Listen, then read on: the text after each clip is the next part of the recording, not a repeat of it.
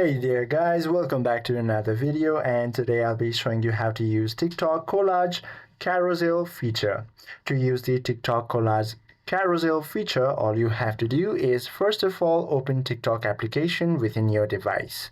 And once you do so, you should be able to find this plus icon or the create icon. Now once you head there, you should be able to upload more than 20 images, up to 35. And all you have to do is once you select your media, go ahead and tap on this next button, and as you can see, now you should be able to find all your media over here. Now what you can also do is you can also tap on this grid feature, which will automatically, as you can see, the video has been made just by the TikTok's AI itself.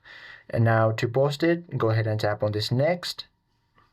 From there, type in your captions, give your hashtags, and tap on this post. And your post should be posted on your main grid. I hope this video helps you out a lot. If you have any questions or queries, please do comment down below.